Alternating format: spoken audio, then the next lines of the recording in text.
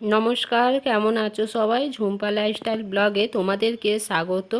আবারও চলে আসলাম আরও একটা ব্লগ নিয়ে। দেখো বিছানাটার অবস্থা খুবই খারাপ, বাসি বিছানা এখনও তোলা হয়নি। তার আগে একটু ভালো করে প্রত্যেকটা ঘর ঝাড়ু দিয়ে নিচ্ছি, এরপর ঘরটা মুছে নেব, তারপর ওই বিছানা গোছ করবো। আবার কাচাও আছে, কাচাকুচি করে আবারও ছুটতে হবে ডক্টরের কাছে। কারণ সারাটা রাত আমার বরের খুবই শরীর খারাপ ছিল।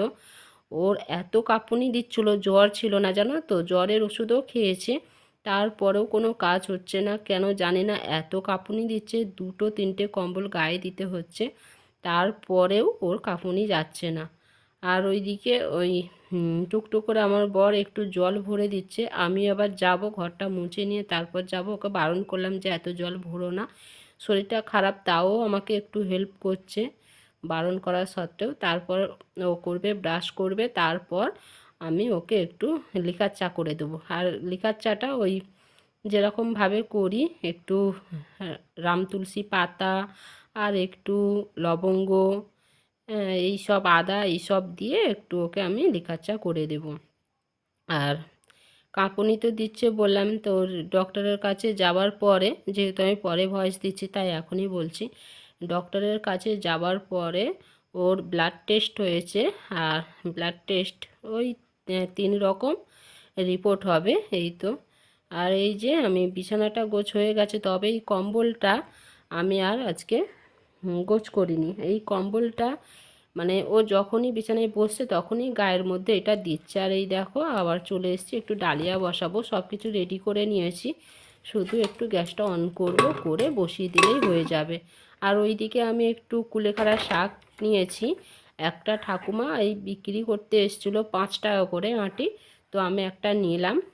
আর এই শাকটা দিয়ে একটু আলু দিয়ে, আর ওতে যদি পারি একটু সবজি দেবো। আর ফ্রিজ থেকে দেখো ওই মাছ বের করে নিয়েছি, তো 3 পিসের মতো আর মাছ ছিল, সেই মাছটাই আমি বের করে নিয়েছি। আর ওই মাছের ঝোল করব। চলে এসেছি ডক্টরের কাছ থেকে, এসে এখন একটু ওই ওকে ডালিয়াটা দেবো, ডালিয়াটা বানিয়ে তারপর গেছিলাম। তবে আজকে বেশিটা সময় লাগেনি, আর ওই 1 ঘন্টার মধ্যে কাজ হয়ে গেছিলো। আর ডিম সিদ্ধও করে গেছি, তো ওকে এখন আমি খেতে দেবো। খেয়ে দিয়ে তারপর যাব আবার জল আনতে। খাবার জল আমার বরই আনে, তবে ওর আজকে শরীরটা খারাপ বলে আমি ওর সাথে যাচ্ছি, ও একা আনতে পারবে না তাই। এ না ওঠো, গরম খেয়ে কিন্তু সঙ্গে সঙ্গে জল খাবে না। এটা না খেলে, এটা পাতলা করেছি আজকে দেখো, যাতে খেতে তোমার সুবিধা হয়। এটা খেলে তবে তো পেটে থাকবে, এইটুকু জিনিস যদি না খাও তুমি হয়।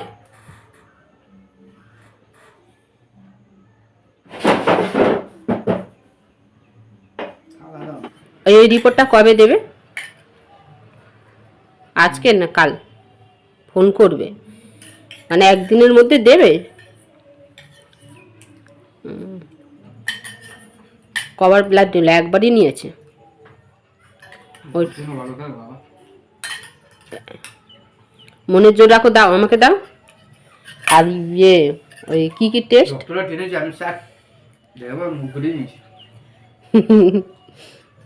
ভয় লাগছিল। আর কি কি টেস্ট দিল?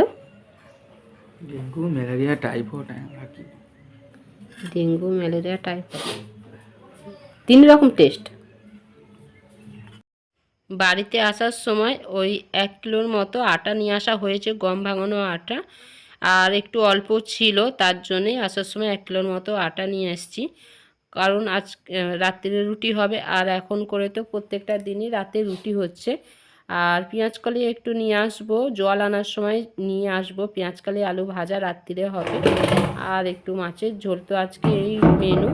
আজ কিন্তু 25শে ডিসেম্বর, তবে আজ আর বাড়িতে কোনো মাংস রান্না হবে না, কারণ আমার বরের বললাম না, ওকে এখন কোনোভাবে রিচ খাবার ওকে আমি দেবো না। তো দেখো এখানে জল ভরার জায়গায় এসে গেছে, আর জল ভরার সিস্টেমটা দারুণ, জারগুলো বসিয়ে দিচ্ছে, আর ওই যে কলের মুখটা অন করে দিচ্ছে, কি সুন্দর ভরে যাচ্ছে বলো।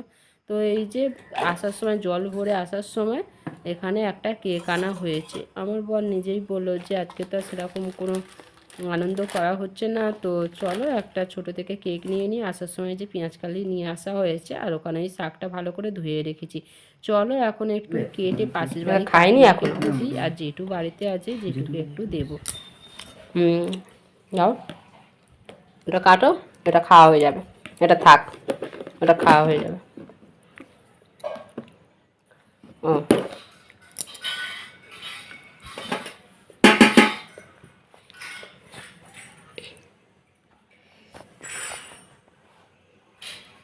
যেটুকে প্লেট দিচ্ছি, দাঁড়া। এটা দিয়ে দেবো, আপনি রাখলে থাকতো।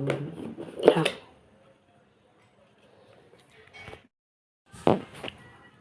ও এখন জেঠিমা জেঠুকে কেক দিতে যাচ্ছে। জেঠু তো ঠাকুরের বাসন মাজছে।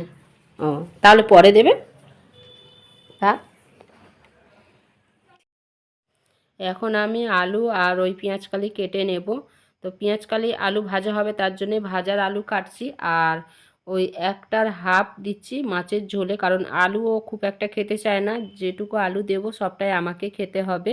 আর 3 পিস মাছ একটা ওকে পারলে ভাজা দেবো, আর মাছের ঝোল করব 2 পিস। তো এই যে সব কেটে একদম রেডি করে নিয়েছি, এবার রান্নাটা করে নেব। আর ফ্রিজে যেহেতু ওই ফল রেখেছিলাম, তাই আগে থেকে বের করে রাখলাম ঠান্ডাটা যাতে কাটে। এর মধ্যে একটু জল দিয়ে রেখে দেবো যাতে ঠান্ডাটা কেটে যায়, আর খাবার সময় তাহলে ওর ঠান্ডা লাগবে না।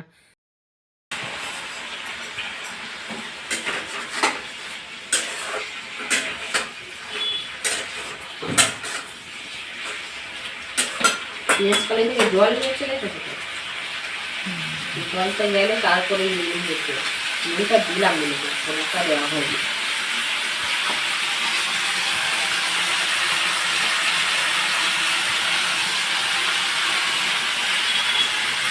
এখন 1:05 বাজে, বলো রান্না করতে করতে আমি কোনদিকে করবো, ওইদিকে করতে গেলাম, এইদিকে দেরি হলো। সব রান্না হয়ে গেছে, এখন আমার বরকে খেতে দিলাম। তবে আমি এখন খেতে বসবো না, ও খেয়ে নিক, আমার একটু দেরি হবে, স্নান করব, পুজো দেব।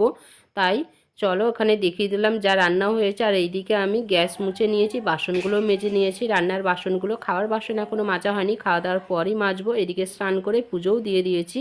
আজকের ব্লগটা আমি এখানেই শেষ করলাম। যদি তোমাদের আমার এই ব্লগটা ভালো লাগে, লাইক, শেয়ার, কমেন্ট, সাবস্ক্রাইব করে দিও।